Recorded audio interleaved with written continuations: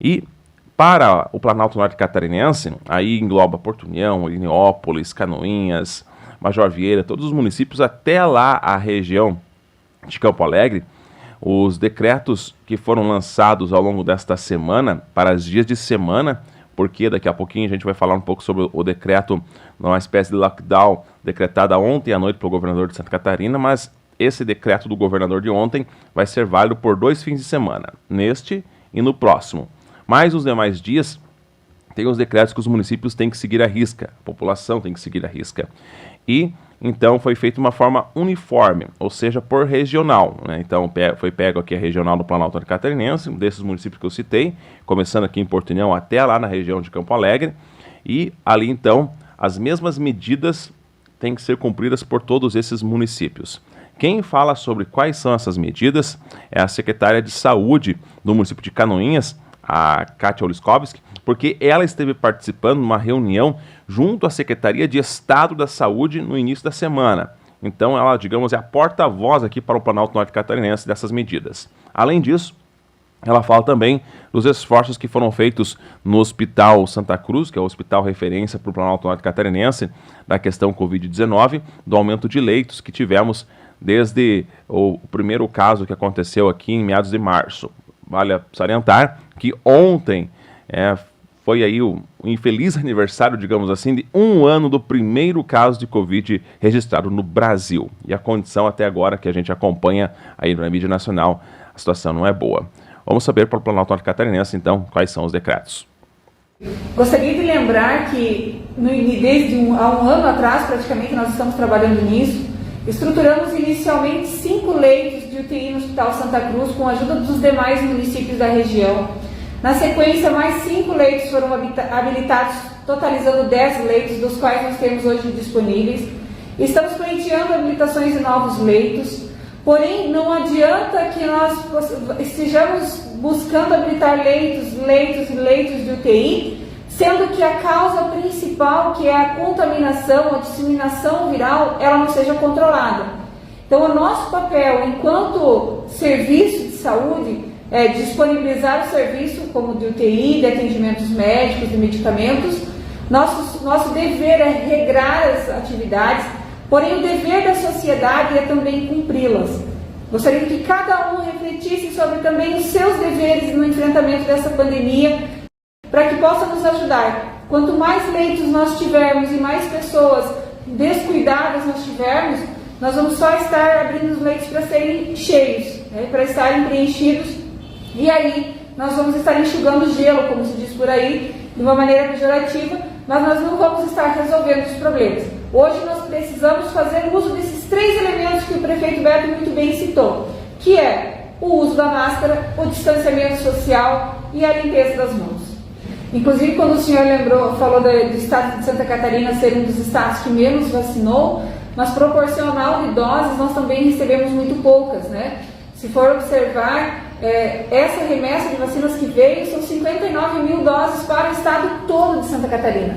Então, é um quantitativo muito pequeno de doses, praticamente seria o suficiente para vacinar Canoinhas toda, né? Se eles mandassem só para nós, esse quantitativo seria bom, mas pensando em distribuição no estado todo, é um quantitativo muito de conta-gotas que os municípios vão receber. Então, essa realidade, ela não é a nossa realidade. As sequelas hoje, elas têm sido desde as mais leves, de uma pequena dificuldade respiratória, inclusive a complicações de nível central, cerebral, dificuldades motoras. Há uns 30 dias, talvez nem tanto, atendi um paciente que ficou com comprometimento na passagem do ar pela laringe, precisando fazer uma traqueostomia para conviver com ela, muito provavelmente por um bom período de tempo. Então, são complicações bem severas e que, apesar da passagem da Covid, do coronavírus, de ser sarado da doença, as sequelas que ficam, elas causam bastante transtorno. Parece ser repetitivo, mas as dicas são as mesmas, né? Usar a máscara, a lavagem das mãos e distanciamento social. Evitar as aglomerações, cada um fazendo a sua parte, cuidando dos seus, nós teremos um impacto menor de tudo isso que se tem passado. Reforço a importância de não levarmos para casa, retomar aqueles nossos cuidados iniciais, de ao chegar em casa, trocar de roupa, tomar banho, deixar o calçado separado. Esses cuidados básicos que foram esquecidos ao longo do tempo, eles têm grande importância e grande impacto sobre a diminuição da circulação viral. Se cada um contribuir com uma pequena parte, nós teremos um impacto menor ainda sobre os nossos municípios. Então, os decretos eles partem de uma resolução da Comissão Regional de Gestores de Saúde, que parte da cidade de Porto União, abrangendo até Campo Alegre. Então, todas essas cidades elas deverão ter a publicação de um decreto uniforme, com as mesmas regras. Algumas alterações em relação aos decretos anteriores. Modificação do horário de funcionamento dos estabelecimentos tipo lanchonetes, padarias, confeitarias, food trucks, ambulantes, bares, conveniências e outros na mesma linha. Limite de capacidade de ocupação, 30%, horário de funcionamento até as 22 horas e a permanência até as 22h30. Então, se o cidadão fez o seu pedido no balcão até as 22 horas, até as 22h30 ele tem para encerrar a sua alimentação. Da mesma forma, em bares, será permitido apenas voz e violão, dupla no máximo, e com proteção de acrílicos, da mesma maneira, permanência até as 22 horas, até as 22h30, com pedidos fechamento das portas às 22 horas. E também a limitação da ocupação em 30%. Os seminários, congressos e palestras também com autorização de 30% da capacidade de ocupação. A prova de roupas permanece autorizada.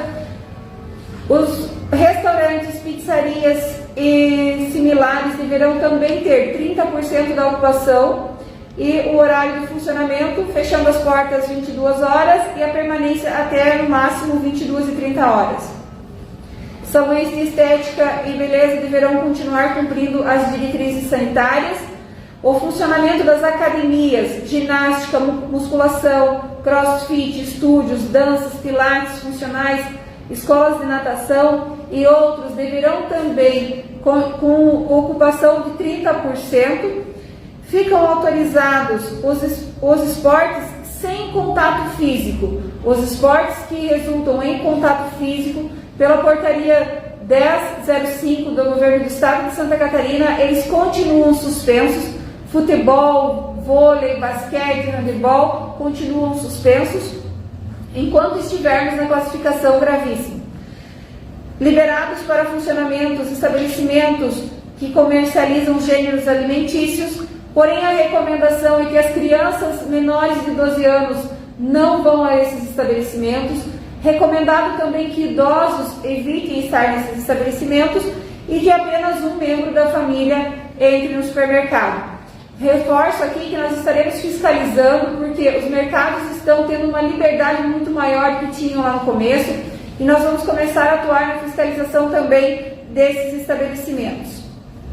O comércio bancário mantém as suas atividades, a indústria também, cursos livres com o segmento das diretrizes sanitárias, cultos religiosos, as igrejas elas podem funcionar com 30% da sua ocupação.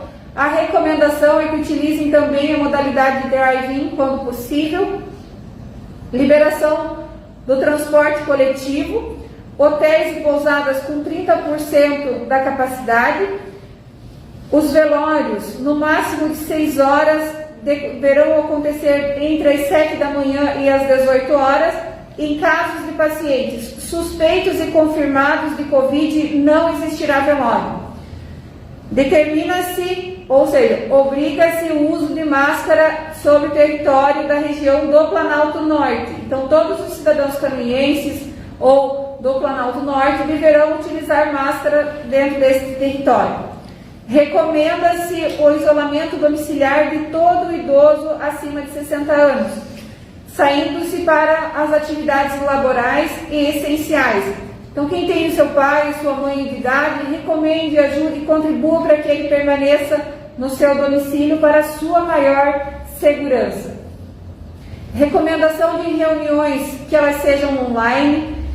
Proibir a permanência e a aglomeração de pessoas nos espaços públicos, para que nós também possamos ter uma restrição da circulação de pessoas nas praças, nas calçadas, em parques.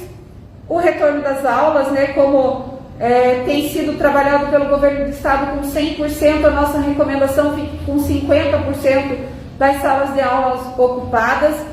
E o município, como eu já frisei, estará proporcionando uma fiscalização mais efetiva juntamente com a Polícia Militar. Então, prefeito, são restrições ainda muito singelas frente a tudo que nós precisamos ainda enfrentar em termos de estabelecimentos de saúde, mas a gente conta com a contribuição de todas as pessoas para que a gente não precise restringir ainda mais, né, em relação a todas essas situações.